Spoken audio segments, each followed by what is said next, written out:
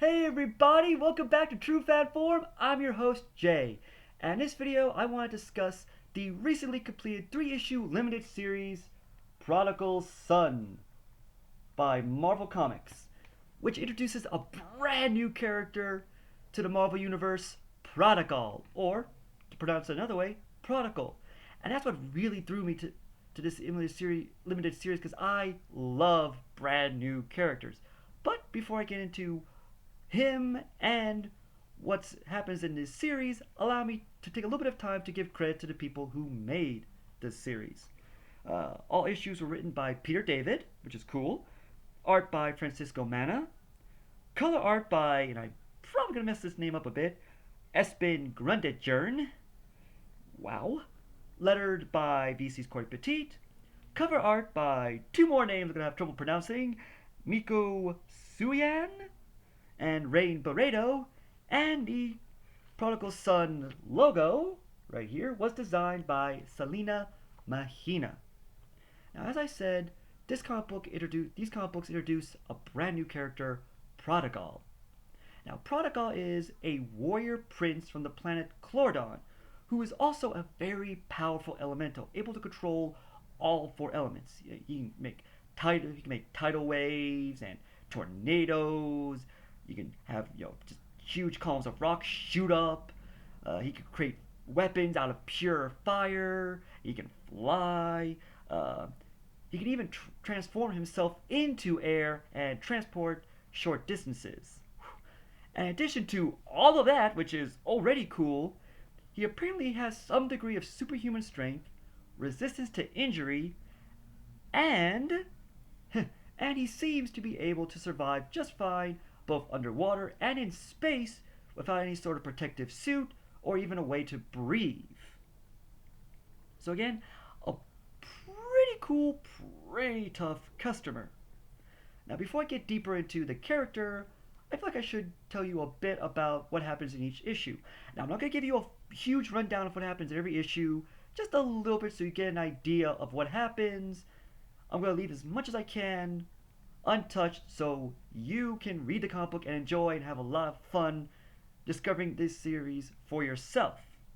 And by the way, I do recommend this comic book. Now, in the first issue, Prodigal's spaceship crash lands into the Savage Land, where he's quickly met by a group of natives who tell him that he can probably find a spaceship in an abandoned base belonging to the man known as the High Evolutionary. What they don't tell him is that they're hoping to use Prodigal to breach the base's defenses and steal a bunch of weapons contained therein and take over the rest of the Savage Land. Now, this alliance is seen by the Savage Land's protectors, Kazar and his wife Shanna the She-Devil, who, realizing that Prodigal's powers are out of their league, call for help from the Fantastic Four. They arrive, and there's just this big old battle between the Fantastic Four, Kazar and Shanna, and Prodigal and the Savage Land allies. Big old battle, but things end peacefully enough once Prodigal realizes he's been lied to, and he does eventually get back into space. Now, in the second issue, which we see him trying to travel back to his home planet, he meets and fights the Silver Surfer, who apparently he encountered before, back when the Silver Surfer was the Herald of Galactus. And apparently, Prodigal even fought Galactus, which, let's just say did not go well for him, as it does for most people. And the third and final issue, Prodigal finally returns to Clordon, where he gets into yet another big fight with the most recent incarnation of the Guardians of the Galaxy. As you can imagine, there is a lot of action in each issue, and that is cool. At least it is to me. Now, and I had a lot of fun reading this entire series. The artwork was just gorgeous. Oh, but yeah, Francisco Manna did a fantastic job with this. There were so many panels and splash pages that when I first saw it, I was just like, oh, that is beautiful. As an example, let me show you a splash page he did from issue 2, which This is the first time we see in that issue the Silver Surfer. Oh, look at that, folks. That is spectacular. Hands down, that's probably one of my favorite images in the entire limited series. It's just tremendous. I love it. And I also really enjoyed Peter David's writing in the series. There's a lot of great humor, a lot of wisecracks that added a nice tone of levity. There was great narration, which added a wonderful tone. It was just, he did a really great job, and I liked what he did with Prodigal. I was really captured by this character. I really want to see more because I've probably said before in other videos, I love new characters. And that's what really drew me to this limited series when I first saw solicitation for it, the promise of a new character, and I was not disappointed. Prodigal is pretty interesting. First off, I love his design. The facial markings, the cape, the whole suit. It really caught my eye, caught my attention. It's a great look. I thought his powers were amazing. I loved seeing what he can do. You know, and he was interestingly written. I'll say that because, to be honest, he is very arrogant in this series. He just thinks he's the best, biggest thing that ever happened anywhere. And honestly, I can kind of see where he would get that from me. After all, first off, he's a prince, so he's probably used to people treating him like he's special. Second, he has all these amazing powers that apparently no one else on this planet has. So yeah, I can see why he'd be arrogant. He's also very, very single-minded.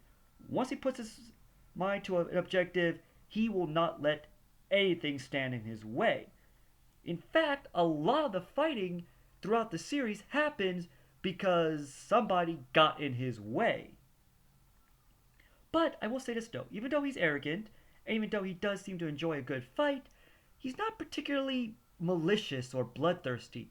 He doesn't fight simply because he likes to fight. Again, he does it because he feels there's a reason for it. Namely, whoever he fights gets in his way.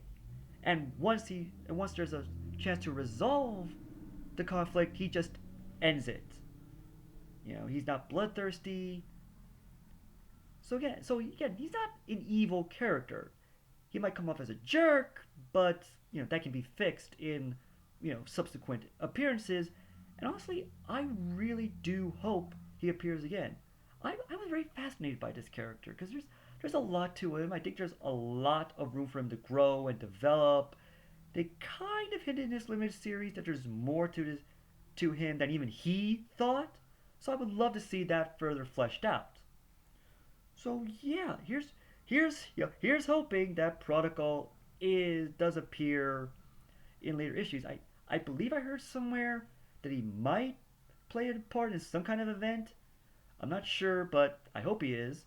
And like I said, I do hope that he does sort of mellow out and maybe have a little bit of humility added to this character.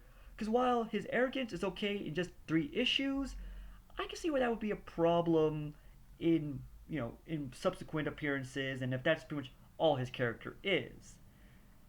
There's a finite amount of arrogance you can stand in a character before it just becomes just like, oh, enough, goodbye, I don't want to read this character anymore. So again, fingers crossed that we see him again and that his character grows and develops and perhaps tones it down a little bit. And that, folks, sums up my feelings on the Prodigal Sun Limited series. A fun read, good artwork, and a great way to introduce a new character that, once more, I will say, I hope I see again. But tell me, what did you think of this limited series? Did you like it? Did you not like it? Did you read it? What did you think about Prodigal? Please, feel to comment below. And if you like this video, press the like button, share, subscribe, hit the bell, do all that wonderful things that can help me grow and develop my channel. With all that being said, folks, thanks for watching, and I'll see you next time.